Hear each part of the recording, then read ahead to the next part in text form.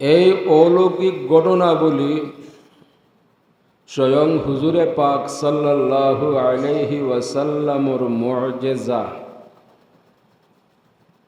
আমরা জানি কোনো অলি আল্লাহর তাকিয়া যদি কোনো অলৌকিক ঘটনা প্রকাশ পায় তাহলে এগুলা আমরা হই কারামত। আর নবী রসুল তাকিয়া অলৌকিক ঘটনা প্রকাশ পাইলে এগুলার হই আমরা মুআজিজা। যার কারণে সেই সময় তাকিয়া এই মুআজিজাগুলো আল্লাহর হাবিব সাল্লাল্লাহু আলাইহি ওয়াসাল্লামর উম্মত হলে আলোচনা করছেন, প্রকাশ করছেন। ওই লাগি আমিও এই মর্মে এক আয়াতে করিমা তিলাওয়াত করছি, ওয়া আম্মা বিনি'মাতি রাব্বিকা ফাহাদ্দিস, যে তোমাদেরকে যত সব নিয়ামত প্রদান করা হয়েছে ওই সব নিয়ামতরে প্রকাশ করো এবং আলোচনা করো। আল্লাহর পক্ষ থেকে যত নিয়ামত প্রদান করা হয়েছে এই তামাম নিয়ামতের মাঝে শ্রেষ্ঠ নিয়ামত হইলা হুজুরে পাক সাল্লাল্লাহু আলাইহি ওয়াসাল্লাম। যার কারণে আল্লাহ হুকুম করছেন যে এই নিয়ামতগুলার তুমি তাই প্রকাশ করো, আলোচনা করো। আমি আরো এক আয়াতে করিমা তিলাওয়াত করছি, ওয়াজকুরু নি'মাতাল্লাহি আলাইকুম, যে তোমরা তোমাদের প্রতি আল্লাহর প্রদত্ত নিয়ামতর শুকুর গুজার করো। এই নিয়ামতর শুকুর গুজার করলে আল্লাহ পাক রব্বুল ইজ্জত সন্তুষ্ট হইন, হুজুরে পাক সাল্লাল্লাহু আলাইহি ওয়াসাল্লামর লগে মহব্বত বাড়ে। এইসব আলোচনায় আমরার ঈমান বাড়তে থাকে। এই জাতীয় আলোচনা বন্ধ করে দিবার লাগিয়া হুজুরে পাক সাল্লাল্লাহু আলাইহি ওয়াসাল্লামর জবানা থেকে চক্রান্ত চলতে আছে, এগুলা চলমান। এই চক্রান্ত কিয়ামত পর্যন্ত চলমান থাকব। বলাকি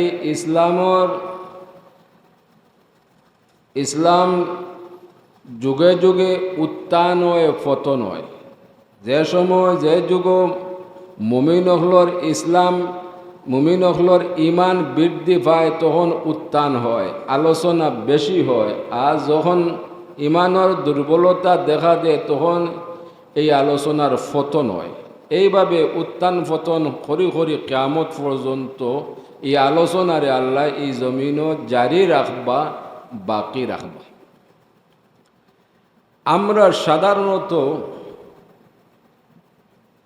আমরা সাধারণ মানুষ হলে ওটাও জানি যে আমরা নির্দিষ্ট তারিখে যে মিলাদ শরীফ পড়ি, নির্দিষ্ট মাস ও নির্দিষ্ট তারিখে পবিত্র ঈদে মিলাদুন্নবী উদযাপন করি। আমরা মনে করি যে এই পবিত্র মিলাদ শরীফ শুরু থেকে আউয়াল পর্যন্ত যেগুলা করি ওগুলার নাম মিলাদ শরীফ। পবিত্র ঈদে মিলাদুন্নবী সাল্লাল্লাহু আলাইহি ওয়াসাল্লাম উদযাপন করে শুরু থেকে শেষ পর্যন্ত মনে করি ওটার নামও পবিত্র ঈদে মিলাদুন্নবী সাল্লাল্লাহু আলাইহি ওয়াসাল্লাম। সর্বপ্রথম আমরা যারা জানা নাই আমরা জানতে হইব, মিলাদ শব্দটা হইল আরবি। ওলাগি তিনটা শব্দর সমন্বয় মিলাদ শরীফ বা পবিত্র ঈদে মিলাদুন্নবী সাল্লাল্লাহু আলাইহি ওয়াসাল্লাম। যেমন মিলাদ, মাউলিদ, মৌলুদ। বিখ্যাত আরবি অভিধান আল মঞ্জিদ মিলাদ সম্পর্কে লেখন যে প্রকৃত অর্থ হইল জন্ম সময়। সাধারণত আমরা কই জন্মদিন, বলা গিয়া মিলাদর অর্থ হইল জন্মদিন বা জন্ম সময়। মাউলিদর অর্থ হইল জন্মকাল। মৌলুদর শব্দর অর্থ হইল জন্মস্থান। আমরা যারা আল্লাহ মেহরবানি করছেন, আমরা মক্কা শরীফ গেছি, আমরা দেখছি যে কাবা শরীফের নিকটবর্তী একখানা গড় আছে, যে গড়ে বর্তমান সৌদি সরকারে লাইব্রেরি হিসাবে রাখছে। এই গড়ের নাম হইল মৌলুদুন নবী সাল্লাল্লাহু আলাইহি ওয়াসাল্লাম। ও গড়ও হুজুরে পাক সাল্লাল্লাহু আলাইহি ওয়াসাল্লাম এই জমিনও আগমন করছেন, যার কারণে কিয়ামত পর্যন্ত এই গড়ের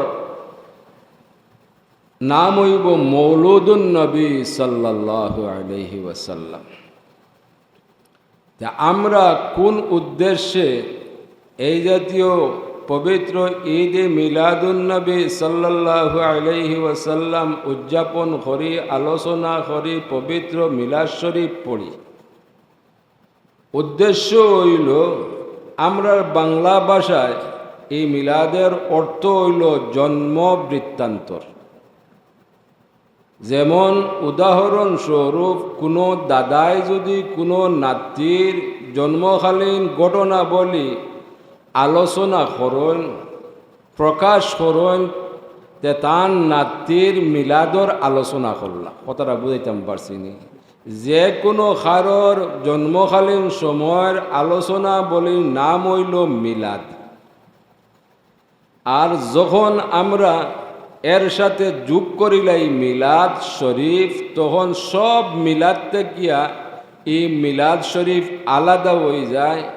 এমন এক ব্যক্তিত্বর মিলাদ শরীফ, যে ব্যক্তিত্বরে আল্লাহ পাক রব্বুল ইজ্জতে তান ফরেও সম্মানিত করছেন, স্থান দিয়া রাখছেন খাতিমুল মুরসালিন হযরত মুহাম্মদুর রাসূলুল্লাহ সাল্লাল্লাহু আলাইহি ওয়াসাল্লাম।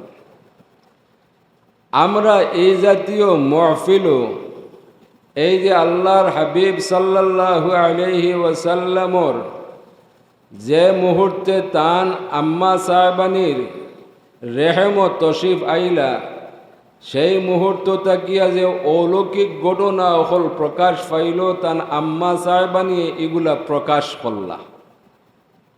হুজুরে পাক সাল্লাল্লাহু আলাইহি ওয়াসাল্লামর আম্মা আমিনায় প্রকাশ করুন যে আমি গর্ভবতী হওয়ার আগে আগেও জীবনযাপন করছি সুখে দুঃখে, সুস্থ অসুস্থ, ইলাহান জীবনযাপন করছি। কিন্তু যে মুহূর্তে আমি প্রেগনেন্ট হয়েছি, গর্ভবতী হয়েছি, সেই মুহূর্ত থেকে আমি অনুমান করলাম বিগত জিন্দগি থেকে আমি সুস্থতা অনুভব করিয়ার। সুবহানাল্লাহ। এমন সুস্থতা অনুভব করিয়ার, যে সুস্থতা আমি মনে করি দুনিয়াত আর কারো ইলাখান সুস্থতা অনুভব করার আর সুযোগ নাই। একমাত্র রব্বুল আলামিনে বোধ হয় আমার এই সুস্থতা দান করছেন। আমি মনে করতাম এত সুস্থতা যে আমার যদি ডানা থাকতো তা আমি উড়াল দিতে সক্ষম হইতাম। সুবহানাল্লাহ।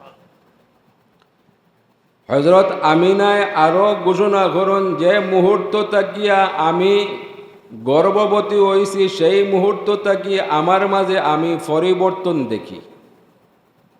যেমন আমার শরীর থেকে সুগন্ধি গ্রান বাহির হইতে থাকে, যে গ্রান মিশকে আম্বর থেকে আরো বেহতর, আরো শ্রেষ্ঠ। এমনকি আমি থুক ফালাইলে সেই থুক তাকিয়াও এই মিশকে আম্বর তাকিয়া বেহতর খুশবু ছড়াইতে থাকত। আমার গড় তাকিয়া এই খুশবু ছড়াইতে থাকত। এমনকি আমি কোনো কারণবশত প্রয়োজনে গড় থেকে বাহির হইলে আমি প্রয়োজনে কুয়া থেকে পানি উত্তোলন করতাম। আমার পাড়া প্রতিবেশী মহিলা হলেও এই কুয়া থেকে পানি উত্তোলন করতা। আমি যখন কুয়ার নিকটবর্তী হইতাম, আমার পাড়া প্রতিবেশী মহিলা হলের লাগে সাক্ষাৎ হইত, তখন প্রত্যেক মহিলা হলে আমারে প্রশ্ন করতা যে ও আমিনা, তুমি কি জাতীয় সুগন্ধি ব্যবহার করছো, যে সুগন্ধি দুনিয়ার কোনো সুগন্ধি নাই। সুবহানাল্লাহ। হযরত আমিনা নিরুত্তর তাক্তা, তার কাছে কোনো উত্তর আসলো না। তাই নিজেও এটা অনুভব করতে পারডা না যে এই খুশবু হইতে কি আয়, যেহেতু তান জানা নাই যে তামাম দুনিয়ার রহমতুল্লিল আলামিন তান রেহেমও অবস্থান করতে আসুন। ওয়ালা গিয়া পরবর্তীতে আল্লাহ পাক রব্বুল ইজ্জতে জন্নত থেকে 3 জন রমণী হযরত আমিনার লগে সাক্ষাৎ করাইয়া দেন। হযরত আসিয়া ইত্যাদি 3 জন রমণী স্বপ্ন যুগে হযরত আমিনার লগে সাক্ষাৎ করইন। সাক্ষাৎ করিয়া সালাম বিনিময়ের পরে হন যে ওয়া আমিনা, তুমি বড় দৈন্য, দুনিয়ার তামাম মহিলার থেকে তুমি আলাদা, তুমি বড় সৌভাগ্যবান, তুমি শুভ সংবাদ গ্রহণ করো যে তুমি যে বাচ্চা পেট লালন পালন করডায়, এই বাচ্চা দুনিয়ার শ্রেষ্ঠ সন্তান খাতিমুল মুরসালিন হযরত মুহাম্মদুর রাসূলুল্লাহ সাল্লাল্লাহু আলাইহি ওয়াসাল্লাম। তখন থেকে হযরত আমিনায় এই যে তান শারীরিক পরিবর্তন বা তান থেকে যে অলৌকিক ঘটনা হল প্রকাশ পাইতে আছে, তাই এটা জানতে পারলা, কিন্তু তাই এগুলা প্রকাশ করলা না, তাই নীরব থাকলা, প্রকাশ করলা না। ও কারণে যে সেই যুগর আরবর পুরুষ মহিলা হলে এগুলা বিশ্বাস করতে নাই, আর কোনো না কোনো দিক দিয়া কোনো ক্ষতি করিলাইতে পারেন, তার কারণে তাই নীরব ভূমিকা পালন করলা। হযরত আমিনায় আরও উল্লেখ করুন যে ইতিপূর্বে প্রয়োজনে আমি আমার পাড়া প্রতিবেশী মহিলার সঙ্গে এই কুয়া থেকে রশির দ্বারা বাল্টির দানে পানি উত্তোলন করছি, কিন্তু যেই মুহূর্ত থেকে আমি গর্ভবতী হয়েছি সেই মুহূর্ত থেকে আমি যখন পানি উত্তোলন করতাম, আমি খেয়াল করি দেখলাম যে মুহূর্তে আমি কুয়ার নিকটবর্তী হইতাম সেই মুহূর্তে যে এই কুয়ার পানি খল খল ডাকিয়া এই কুয়ার মুখামুখি হয়ে যাইত। সুবহানাল্লাহ। আপনা আপনি নিজ তাকিয়া পানি বাড়ি বাড়ি কুয়া পর্যন্ত মুখ পর্যন্ত পৌঁছে যাইত। এই দৃশ্য পাড়াপাতি মহিলা হলে দেখিয়া আশ্চর্য হইলা। তারা লক্ষ্য করলা যে আমিনায় পানি যদি আগে আগে পানি উত্তোলন করিয়া এই কুয়াতে গিয়া চলে যান, যে মুহূর্তে এই কুয়া থেকে প্রস্থান করেন সেই মুহূর্তে এই কুয়ার পানি আবার নিম্ন দেশে যায় গিয়া, পূর্ববর্তী স্থানও গিয়া যায় গিয়া। তারা লক্ষ্য করলা যে এই কারণ হইলা হযরত আমিনা, যার কারণে পাড়া প্রতিবেশী মহিলা হলে হযরত আমিনারে অনুরোধ করলা বলে, যেহেতু ও আমিনা তুমি আইলে এই পানি উতলা মারে মুখামুখি হয়, আর তুমি এই কুয়াতে গিয়া দূরে সরিয়া গেলে আবার পুরানা জায়গাত এই পানির স্তর নামি যায়। তোমারে আমরা অনুরোধ করিয়ার যে তুমি সর্বশেষে পানি উত্তোলন করিও, যাতে এর ভিতরে আমরা পাড়া প্রতিবেশী হলে পানি সংগ্রহ করতাম পারি। এই অনুরোধ হযরত আমিনায় মানচন, তান সর্বশেষে পানি উত্তোলন করতা। আর যে মুহূর্তে এই কুয়াতে গিয়া তাই প্রস্থান করতা চলে যাইতা, তখন ওই পানি আবার পুনরায় জাগাত যাইত গিয়া। সুবহানাল্লাহ। এই যে ঘটনা বলি, এগুলা তো আল্লাহর পক্ষ থাকিয়া, যার কারণে এই ঘটনা বলি হইল হুজুরে পাক সাল্লাল্লাহু আলাইহি ওয়াসাল্লামর মুআজিজা। এই মুআজিজা আলোচনা করলে আমরা আল্লাহর হাবিবর উম্মত হলর ইমান বর্ধিত হয়, ইমান কামিল হয়, ইমান বাড়তে থাকে। এই আলোচনা বন্ধ করার লাগিয়া যুগে যুগে সর্বযুগে প্রচেষ্টা চলমান, বর্তমানেও চলমান, কিয়ামত পর্যন্ত এগুলা বন্ধ করার প্রচেষ্টা চলমান থাকব। আগেও হয়েছি যে যুগে যুগে ইসলামের উত্থান হয়, পতন হয়। তা আমরা দুর্ভাগ্যবশত বর্তমানে আমরা পতনের দিক দিয়া, আমরা ইমান দুর্বল হওয়ার কারণে আমরা পতন হয়েছে। কিন্তু এই ইসলাম যুগে যুগে উত্থান হয় পতন হয়, এই দিকে এইভাবে মারি মারি কিয়ামত পর্যন্ত আল্লাহ এই আলোচনার এই জমিনত জারি আর বাকি রাখবা। সুবহানাল্লাহ। হযরত আমিনায় আরও উল্লেখ করুন যে আমি লক্ষ্য করছি, আমি গর্ভধারণ হওয়ার আগে আগেও প্রয়োজনে আমি ঘর থেকে বাহির হইতাম, কিন্তু মেঘমালায় আমারে ছায়া দিত না। কিন্তু গর্ভবতী হওয়ার পরবর্তীতে আমি ঘর থেকে বাহির হইলেই দেখা যাইতো মেঘমালায় আমারে ছায়া দিয়া যায়। সুবহানাল্লাহ। মেঘে হযরত আমিনারে ছায়া দে, যতটুকু সময় বাড়ে তখন ততটুকু সময় মেঘে ছায়া দিয়া দিয়া রাখে। তাই আরও উল্লেখ করুন, আমি লক্ষ্য করছি যে আমি ঘর থেকে বাহির হইলে আমার সামনে যে ফাতরগুলা পড়ে, এই ফাতরগুলায় মাথা নত করে আমারে সালাম জানায়। আমি আরও লক্ষ্য করছি যে আমার ফাড়ার নিচে কোনো ফাতর পড়লে এই ফাতরগুলা মর্মর মতো উনাই যায়। সুবহানাল্লাহ। ফাতর বুঝইন তো, এই ফাতরগুলা হযরত আমিনার কারণবশত ফলার নিচে পড়লে এগুলা নরম হয়ে যায়। হযরত আমিনায় আরও উল্লেখ করুন যে প্রতিমধ্যে যে গাছপালা আছে, এই গাছপালাগুলা আমারে দেখা মাত্র মাথা নত করে আমারে সালাম জানায়, তার শেষ নাই। হযরত আমিনা যে রাস্তায় প্রয়োজনে চলাফেরা করতা, নিকটবর্তী যে হাইওয়ান জানোয়ার যেগুলা আসলো, এগুলা হযরত আমিনারে দেখা মাত্র এরা মাথা নত করি হযরত আমিনারে সালাম জানাইতো। সুবহানাল্লাহি ওয়া বিহামদিহি সুবহানাল্লাহিল আযীম। এইভাবে অলৌকিক ঘটনা হল অসংখ্য, অলৌকিক ঘটনা হল প্রকাশ পাইছে। আর এই অলৌকিক ঘটনা বলি হুজুরে পাক সাল্লাল্লাহু আলাইহি ওয়াসাল্লামর সময় থেকে তামাম সাহাবায়ে কেরাম, তাবিঈন, তবে তাবিঈন, আইয়ামে মুস্তাঈদিন হলে এগুলা আলোচনা করছেন, প্রকাশ করছেন। এখনও এই আলোচনা বিদ্যমান, আমরা প্রকাশ করতে আসি। আর এই আলোচনার কিয়ামত পর্যন্ত আল্লাহ চলমান রাখবা, প্রকাশ করাইবা। কিন্তু আফসোস হইলেও সত্য যে সর্বযুগ কিছু সংখ্যক মুসলমান হলে পবিত্র ঈদ মিলাদুন্নবী সাল্লাল্লাহু আলাইহি ওয়াসাল্লাম মিলাদ শরীফরে এনকার করছেন, অস্বীকার করছেন। তানতানোর যুক্তি হইল কোরআন সুন্নাহর মাঝে মিলাদ শরীফ বা মিলাদুন্নবী কোনো আলোচনা নাই, কোনো উল্লেখ নাই।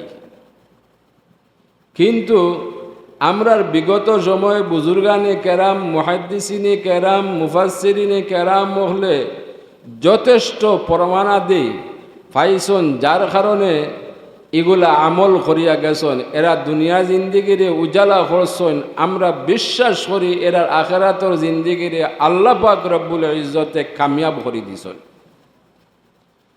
আমরা যে কোরআনুল কারীম তিলাওয়াত করি, এই কোরআনুল কারীম তিলাওয়াতর শুরুতে আমরা সূরা ফাতিহা শরীফ তিলাওয়াত করি কি না? এর পরবর্তীতে বড় এক সূরা, যে সূরার নাম সূরা বাকেরা, লম্বা সূরা।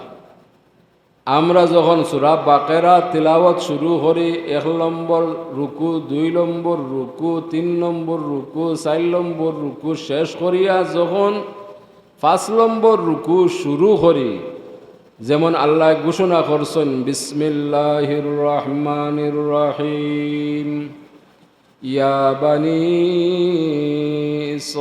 ইসরাঈল আযকুরু নি'মাতি আল্লাতী আন'আমতু আলাইকুম ওয়া আন্নী ফাদ্দালতুকুম আলাল আলামিন। সুবহানাল্লাহ।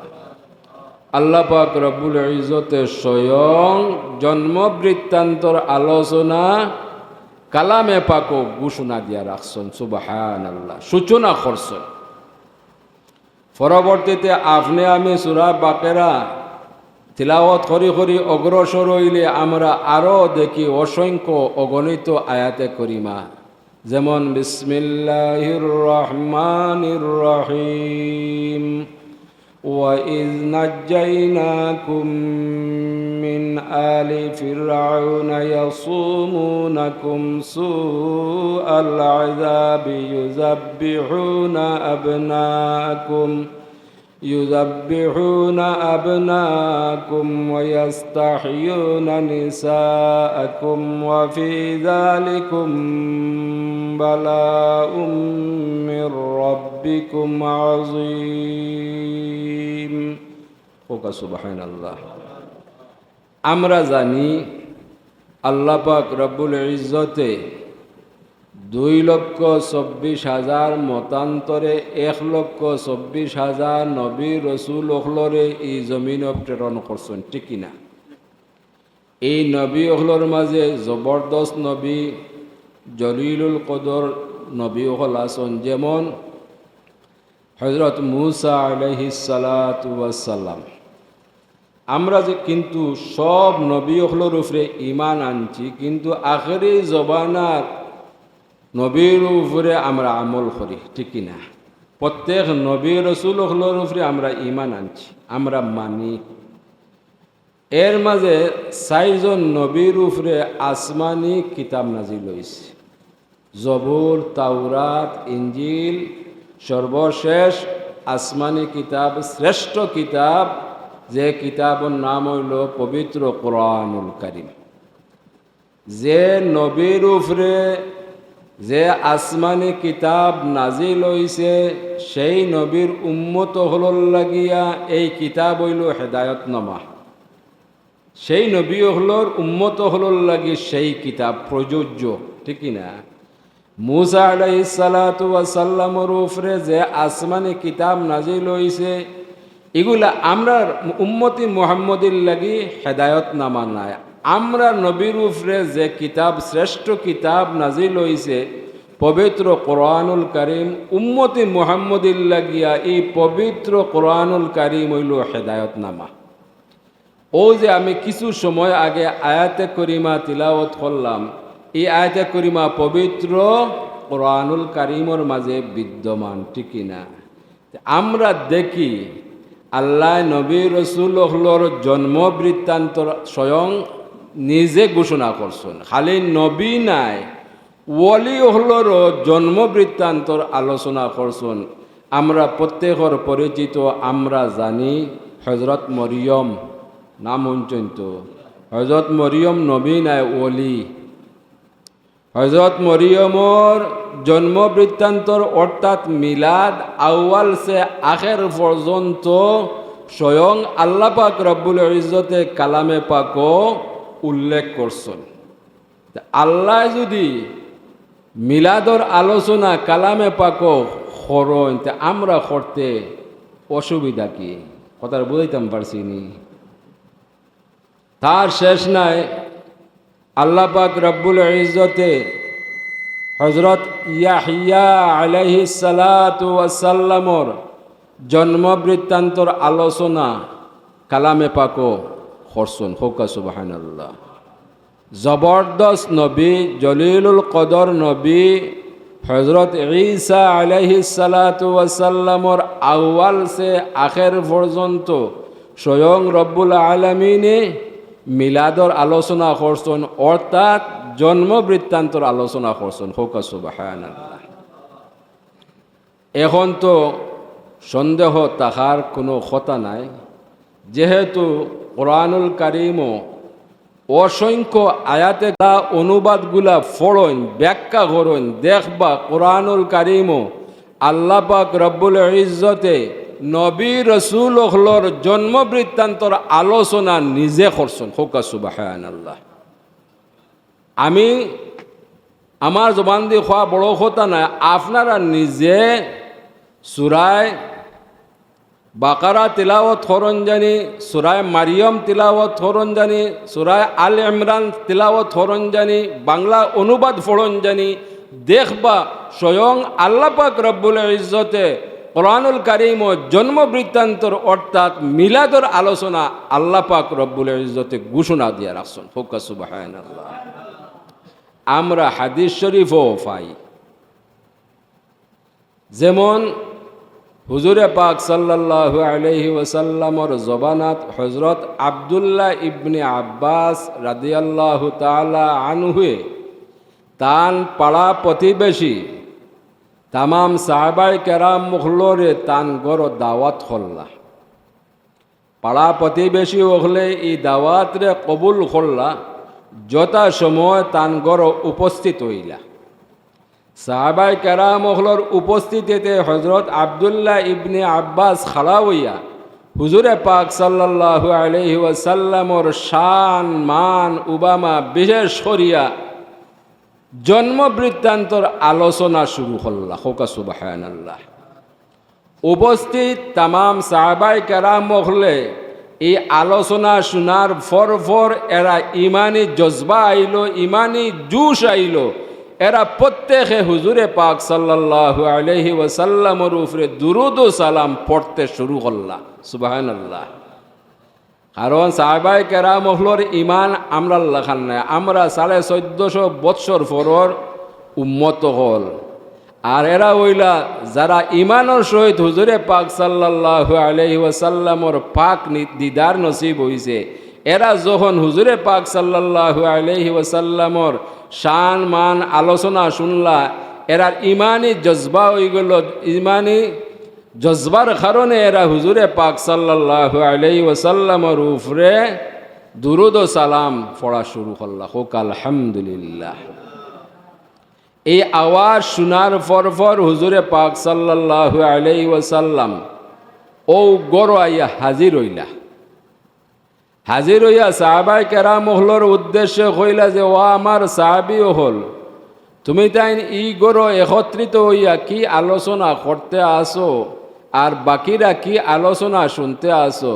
প্রতি উত্তরে সাহাবায়ে কেরাম হলে কইলা, ইয়া রাসূলুল্লাহ সাল্লাল্লাহু আলাইহি ওয়াসাল্লাম, আপনার শান মান উবামা, আপনার জন্ম বৃত্তান্তর আলোচনা আমরা করতে আসি। হুজুরে পাক সাল্লাল্লাহু আলাইহি সাল্লাম এ কথা শোনার পর খুশি হয়ে গেলা। খুশি হইয়া সাহাবায়ে কেরাম হলরে শুভ সংবাদ প্রদান করলা। আল্লাহর হাবিবে ফরমাইলা, হাল্লাত লাকুম শাফাআতি, তোমাদের লাগি আমার শাফাআত ওয়াজিব হয়ে গেল। সুবহানাল্লাহ। আল্লাহর হাবিব এই আলোচনা শুনিয়া নারাজ হইছেন না, অখুশি হইছেন না, খুশি হইছেন। খুশি হইয়া আল্লাহর হাবিবে ফরমাইছেন যে তোমাদের লাগিয়া আমার শাফাআত ওয়াজিব হইল। যে আলোচনা করছো, এই আলোচনা করার কারণে তোমাদের লাগিয়া আমার শাফাআত ওয়াজিব হয়ে গেল। সুবহানাল্লাহ। তা শেষ নাই, হুজুরে পাক সাল্লাল্লাহু আলাইহি ওয়াসাল্লামর উপস্থিতিতে হযরত হাসান রাদিয়াল্লাহু তাআলা আনহুয়ে মসজিদে নববীত হুজুরে পাক সাল্লাল্লাহু আলাইহি ওয়াসাল্লামর শান মান হাম নাত শেরর মাধ্যমে আবৃত্তি করতা, আলোচনা করতা। আর হুজুরে পাক সাল্লাল্লাহু আলাইহি ওয়াসাল্লামে হযরত হাসানের জবান থেকে এই জাতীয় আলোচনা শুনিয়া হযরত হাসানের লাগি দোয়া করতেই থাকতা। সুবহানাল্লাহ। ধারাবাহিকভাবে হযরত হাসান রাদিয়াল্লাহু তাআলা আনহু এই আলোচনা করতা শেষ পর্যন্ত হুজুরে পাক সাল্লাল্লাহু আলাইহি ওয়াসাল্লামর নির্দেশে হযরত হাসানের লাগি একখানা মিম্বর প্রস্তুত করা হইল। আর হযরত হাসানে এই মিম্বরও খাড়া হইয়া হুজুরে পাক সাল্লাল্লাহু আলাইহি ওয়াসাল্লামর শান মান আলোচনা করতা। সুবহানাল্লাহ। খেনে আলোচনা করতা। আমরা জানি যে হুজুরে পাক সাল্লাল্লাহু আলাইহি ওয়াসাল্লামর নাম মুবারক স্বয়ং রব্বুল আলামিনে রাখিয়া দিছেন, ঠিক না? মুহাম্মদ সাল্লাল্লাহু আলাইহি ওয়াসাল্লাম। এই নাম নির্ধারণ করে দিছেন কে? আল্লাহ। আর মুহাম্মদ শব্দর অর্থ হইল প্রশংসনীয়। আল্লাহ তান হাবিবরে এই জমিনও সৃষ্টি করছেন প্রশংসা, অন্যান্য হলে প্রশংসা করবার লাগিয়া। সুবহানাল্লাহ। 2,24,000 মতান্তরে 1,24,000 নবী রসুল হলরে আল্লাহ যত নিয়ামত দান ঘোষলা, যত গুণাবলী দান ঘোষলা, আল্লাহ পাক রব্বুল ইজ্জতে এই তামাম নবী রসুল্লাহর গুণাবলী অতিরিক্ত হিসাবে হুজুরে পাক সাল্লাল্লাহু আলাইহি ওয়াসাল্লাম রে দান করছেন। দুনিয়ার যত জ্ঞান আসলো তামাম আউয়াল আখের জ্ঞান আল্লাহ পাক রব্বুল ইজ্জতে তান হাবিব সাল্লাল্লাহু আলাইহি ওয়াসাল্লাম রে দান করছেন। সুবহানাল্লাহ। এই আলোচনা যদি আপনি আমি করি, তে মূলত এই আলোচনা হুজুরে পাক সাল্লাল্লাহু আলাইহি ওয়াসাল্লামর আলোচনা নাই, হুজুরে পাক সাল্লাল্লাহু আলাইহি ওয়াসাল্লামর যে তারিফ নাই। কারণ আল্লাহর হাবিব হইলা রব্বুল আলামিনের বান্দা ও রসুল, ঠিক কিনা? তাই আল্লাহর বান্দা ও রসুল। ও লাগি আমার স্মরণ আছে 38-39 বৎসর আগে আমাদের মুর্শিদুল আল মুকাররম আল্লামা সাহেব কিবলা রহমতুল্লাহি আলাইহির নেতৃত্বে ঐতিহাসিক সিলেট রেজিস্ট্রারি ময়দান ও পবিত্র ঈদ এ মিলাদুন্নবী সাল্লাল্লাহু আলাইহি ওয়াসাল্লাম উদযাপিত হইত, ঠিক কিনা? আমরা ছোটো হইলেও এই মহফিল বাদ দিতাম না। আমার স্মরণ আছে, কোন স্মরণ নাই, আমরা সামনে বসা অবস্থায় সাহেব কিবলায় আলোচনারত আমরা সাধারণ মানুষের সহজে বুঝার লাগিয়া এক উদাহরণ পেশ করলা।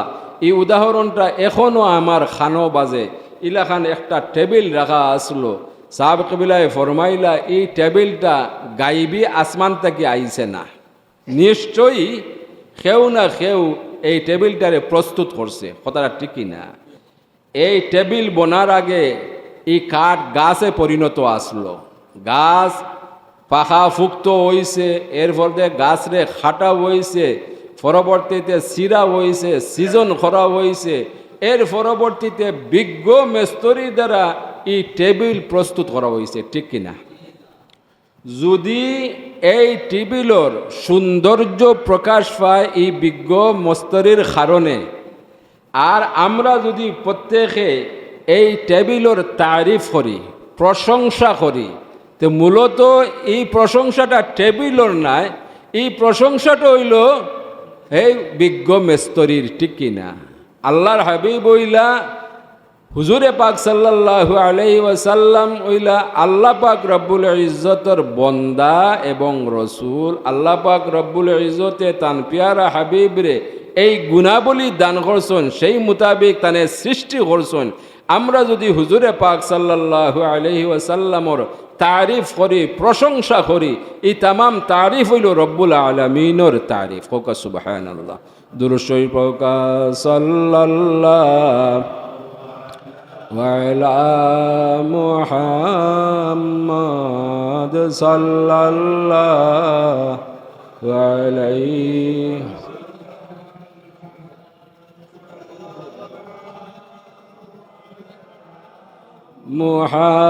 মুহাম্মাদ সাল্লাল্লাহু আলাইহি طلع البدر علينا من ثنيات الوداع صلى الله على محمد صلى الله عليه وسلم صلى الله على محمد صلى الله عليه وجب الشكر علينا ما دعا لله داعي صلى الله على محمد صلى الله عليه صلى الله على محمد صلى الله عليه أيها المبعوث فينا جئت بالأمر المطاع صلى الله وعلى محمد صلى الله عليه وسلم صلى الله على محمد صلى الله عليه محترم হাজিরিন কেরাম বর্তমান সময় বড় কঠিন সময় আপনারা লক্ষ্য খড্ডা বর্তমান সময় এমন এক সময় আমরা অতিবাহিত করিয়ার যে সময়ের কথা 1450 বৎসর আগে স্বয়ং হুজুরে পাক সাল্লাল্লাহু আলাইহি ওয়াসাল্লামে উল্লেখ করছেন ভবিষ্যৎবাণী করিয়া গেছেন এই সময়ের কথা এমনকি কিয়ামত পর্যন্ত কি ঘটব না ঘটব আল্লাহর হাবিব সাল্লাল্লাহু আলাইহি ওয়াসাল্লামে আল্লাহ অবগত করছেন আল্লাহর হাবিবে তা প্রকাশ করছেন ঠিক কিনা এই মুহূর্তে আপনারা অবগত আসুন আমরারে নির্দিষ্ট করে দেওয়া হয়ে গেছে দুরূদ শরীফ কথাটা ঠিক কিনা কিভাবে নির্দিষ্ট করা হইল দেখুন জানি আমরা আলোচনার মাঝে আপনারা শিক্ষা দেই আমরা পড়ি নমাজও যে দুরূদ শরীফ পাঠ করি আল্লাহুম্মা সাল্লি আলা আল্লাহুম্মা বারিক আলা ও দুই দুরূদ শরীফ ব্যতীত তৃতীয় কোনো দুরূদ শরীফ নাই হোক নাউযু বিল্লাহি মিন যালিক এমন সময়ের সামনে অপেক্ষা করে যে সময় দেখবা নমাজ রোজাও নির্দিষ্ট করে দেওয়া হইব নমাজও তো এখনও নির্দিষ্ট করা ওর দেখবা সামনে দিয়া আপনার এখনও তো শুরু হয়েছে 20 রাকাত সুন্নত নমাজরে 8 রাকাতও আনা হয়েছে 12 রাকাতও আনা হয়েছে কথাটা ঠিক কিনা তারাবির নামাজ আমরা যে এশার বাকাদা জমাতর ফর সুন্নত 2 রাকাত পড়ি এর পরবর্তীতে 3 রাকাত বিতির নামাজ পড়ি ঠিক না এই বিতির নামাজও নির্দিষ্ট করে দেওয়া ওর বলে আপনি আমি একত্রিতে 3 রাকাত নামাজ বিতিরর পড়তাম এখন আলাদা আলাদা করে শিক্ষা দেওয়া ওর যদিও হাদিস শরীফ আছে আলাদা আলাদা করিয়া 3 রাকাত নামাজ হুজুরে পাক সাল্লাল্লাহু আলাইহি সাল্লামে পড়ছেন কিন্তু বিগত জিন্দেগি তাম মুহাদ্দিসিনে কেরাম মুফাসসিরিনে কেরাম বড় বড় ইমাম সাহেব হলে আমরা যে শিক্ষা দিয়েছেন যে শিক্ষাগুলা হুজুরে পাক সাল্লাল্লাহু আলাইহি ওয়াসাল্লামে বেশি বেশি আমল করছেন যেগুলা আমরা পরবর্তী উম্মত হল লাগি শ্রেষ্ঠ উত্তম ওগুলা আমরা শিক্ষা দিয়েছেন ঠিক কিনা এখন আমি যে আলোচনা করতে আছি এই আলোচনার মাঝে কিছু আলোচনা আছে খাস এই খাস আলোচনা হইল একমাত্র শিক্ষক এবং ছাত্রর মধ্যে শিক্ষণীয় লাগিয়া আর আম আলোচনা হইল নিয়মে এই জাতীয় আলোচনা আম আলোচনা যদিও শিক্ষণীয় আলোচনা এই জাতীয় মহফিলও করা হইতো খাস আলোচনা করা নিষিদ্ধ নিষিদ্ধ এই কারণেই মানুষ ফিতরত ভরে যাইব ফিতনা বাড়ি যাইব কথা বইতাম পারছি নি এখন আমি আমারে ভাইরাল করবার লাগি প্রকাশ করার লাগিয়া যে জনসাধারণের মরখর্তা যে এই যেটা আলোচনা করটা নিশ্চয় অন্যান্য আলিমুলামা হলোর এই জ্ঞান নাই যার কারণে এই জ্ঞান বেশি ও লাগিয়ে আলোচনা করটা কিন্তু আমি যে খাম বাড়াইয়ার ফিতনা বাড়াইয়ার কথাটা ঠিক কিনা ওলা গিয়া বর্তমানে খাস খাস কিছু মুসলা মাসাইল আলোচনাগুলা এই জাতীয় আম মহফিল হলোর উলামায়ে কেরাম হলে করতে আসন যার কারণে পাবলিক হলোর মাঝে সন্দেহ ফিতনা হল বাড়তে আছে কথাটা হাসা কিনা ওলা গিয়া আমরা সজাগ হইতে হইব আমরা চিন্তা ফিকির করে সামনে দিকে অগ্রসর হইতে হইব আমরা এই জাতীয় ফিতনা থেকে বাঁচার একমাত্র উপায় হইল আমরা পূর্ববর্তী ইমানদার মুহাদ্দিসিনে কেরাম মুফাসসিরিনে কেরাম ইমাম সাহেব হলে কোরআন সুন্নাহ মোতাবেক যে আমল করিয়া গেছেন যে আমল শিক্ষা দেয়া গেছেন সেই অনুযায়ী আমরার মা বাবা আমরার ঊর্ধ্বতন পূর্বপুরুষ হলে যেগুলা করিয়া গেছেন আমরা যদি ওগুলা অনুসরণ করি তো এই অনুসরণ করব কোরআন এবং সুন্নাহরে কথাটা ঠিক কিনা যথেষ্ট পরিমাণ দলিল আদিল্লা নিয়া আমরা গুমরাহি আলোচনা করি থাকি কথাটা বুঝতাম পারছি নি এখন যে তাফসির হল বিগত জিন্দেগির বড় বড় মুফাসসির সাহাব হলে যে তাফসির করছেন শ্রেষ্ঠ তাফসির, এখন খোটাই মা মজরর মা হলে এখন তাফসির শুরু করছেন। যার জেলাখান ইচ্ছা, যার জেলাখান মনে চায় ওলাখান তাফসির খোড্ডা আর বিভ্রান্তি চলাইতরা, ফিতনা বাড়াইতরা। কথাটা ঠিকই না? কতটুকু জ্ঞান আছে কোরআনুল কারিম তাফসির করার, কতটুকু জ্ঞান রাখুন। কারণ কোরআনুল কারিম বুঝার একমাত্র ক্ষমতা আল্লাহ পাক রব্বুল ইজ্জতের প্রদান করছেন তান পিয়ার হাবিব মুহাম্মদুর রাসূলুল্লাহ সাল্লাল্লাহু আলাইহি ওয়াসাল্লাম। ঠিকই না? এখন একগুর হইলা আহলে হদিস, একগুর হইলা আহলে কিতাব। কত ধরনের দল হল বিভক্ত হয়েছে। ই কথাও আল্লাহর হাবিবে এরশাদ করিয়া গেছেন যে আমার উম্মত হলর মাঝে ৭৩ দলে বিভক্ত হইবা, এর মাঝে এক দল হইবা জন্নতি, বাকি ৭২ দল হইবা জাহান্নমী, প্রকাশ পাননি। যে তো হইবা না, এখন তো ৭৩ দল নাই, এখন তো হাজার হাজার দল। বলে এই ৭৩ দলের মাঝে শাখা প্রশাখা হল বিস্তার হইতে আছে। কথাটা বুঝতাম পারছি নি?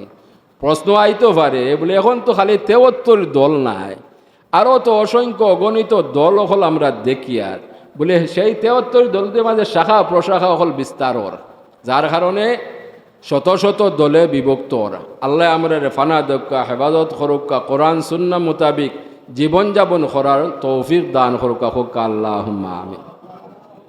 আমরা মুসলমান হলর সবচেয়ে বড় দৌলত হইল, সবচেয়ে বড় নিয়ামত হইল দৌলতে ইমান। ঠিক কিনা? যদি আমরা দৌলতে ইমানরে সঠিকভাবে না রাখতাম পারি, তাহলে আমরা দৌলতে আমল যত বেশি বেশি করি না কেন, এই আমল কোনো কাজও লাগতো নাই। ওলা গিয়া আমরা সর্বপ্রথম গুরু দায়িত্ব হইল আপনি আমি আপনার আমার বিবি বাচ্চা সহ আগামী দিনের প্রজন্ম হলরে কোরআন সুন্নাহ মোতাবিক সুশিক্ষা প্রদান করা। কিভাবে? আমরা বিগত জিন্দেগির ইমানদার মুসলমান হলেন যে সিস্টেমে আমরা রে কোরআন এবং সুন্নাহর সুশিক্ষা প্রদান করলা, যেমন উদাহরণস্বরূপ আমরা যে সর্বপ্রথম ইসলামী প্রাথমিক শিক্ষা গ্রহণ করছি, এই প্রাথমিক ইসলামী শিক্ষা হইল মুক্তবর শিক্ষা, মসজিদর শিক্ষা। ঠিক কিনা? আর এগুলা আমরা পুরুষ মহিলা প্রত্যেক লাগি আল্লাহ ফরজ করে দিছেন কিনা?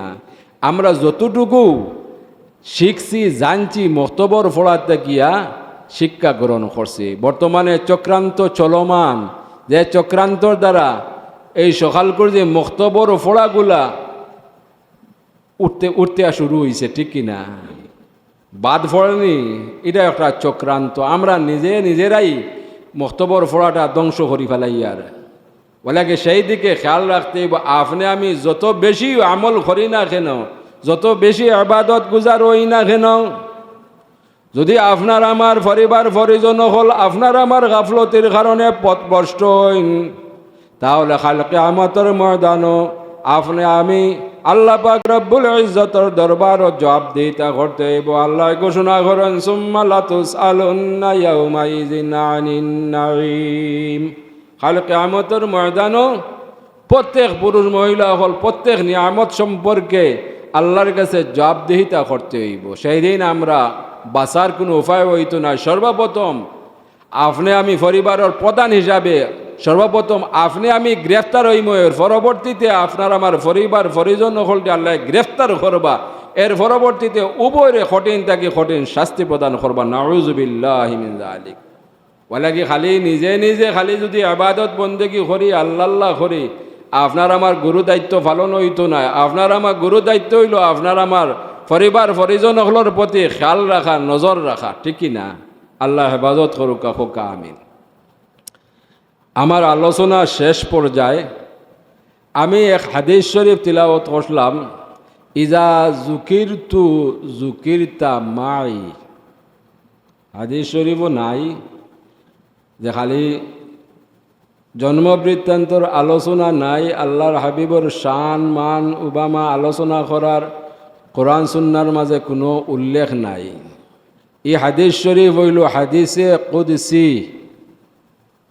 হাদিসে কুদসি ও হাদিস শরীফ রে খোয়া হয়, যদিও হুজুরে পাক সাল্লাল্লাহু আলাইহি ওয়াসাল্লামর জবান মোবারক দ্বারা প্রকাশ পায়, কিন্তু এই কথাগুলা স্বয়ং রব্বুল আলামিনের। ও হাদিস শরীফ রে কয় হাদিসে কুদসি।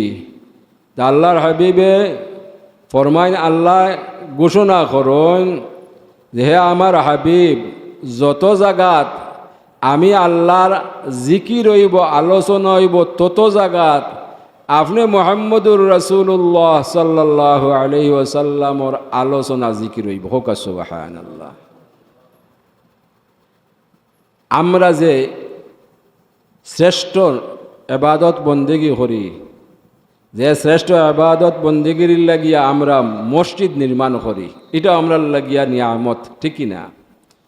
যে ইবাদত বন্দেগী না করলে অন্যান্য ইবাদত বন্দেগী আল্লাহ কবুল করেন না, এই ইবাদতের নাম হইল নামাজ।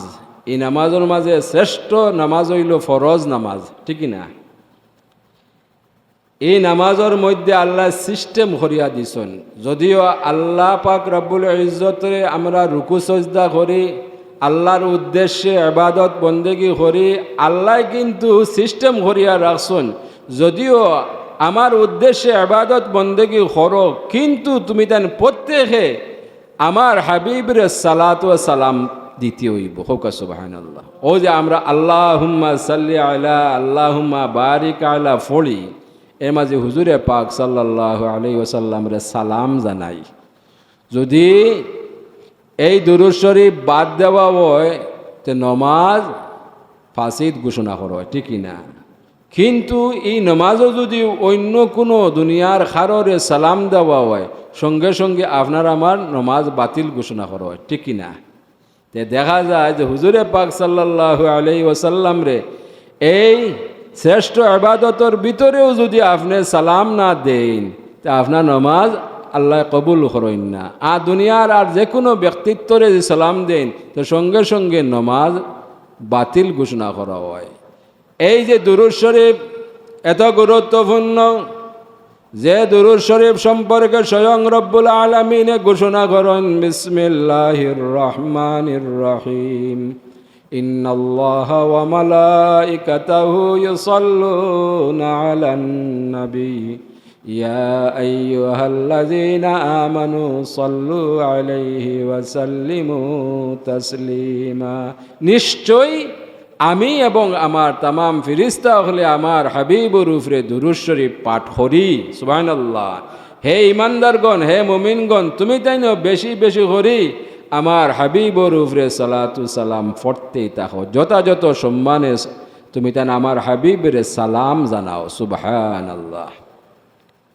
ওয়াইলা গিয়া এই আলোচনা আমরা অব্যাহত রাখতাম। আজকে এই মুবারক মাহফিলে প্রথম থেকে শেষ পর্যন্ত আল্লাহ কবুল করুকা, মঞ্জুর করুকা। এই মাসের উসিলায়, আল্লাহর হাবিবর উসিলায়, এই মাহফিলের উসিলায় অত্র এলাকার তামাম মুর্দেগান হলরে আল্লাহর হাবিবর যত উম্মত হল কবরবাসী হয়েছেন তামাম রে আল্লাহ মাফ করি দৌকা, জন্নতুল ফিরদাউস নসিব হরুকা, আমিন। আমরা যারা জমিনও আছি আমরা প্রত্যেকরে আল্লাহ সুস্থতা দান হরুকা, নেক হায়াত দান হরুকা, মকবুল গুলামি নসিব হরুকা, আমিন। ওয়া আখিরু দাওয়ানা আনিল হামদুলিল্লাহি রাব্বিল আলামিন। আল্লাহুম্মা আমিন।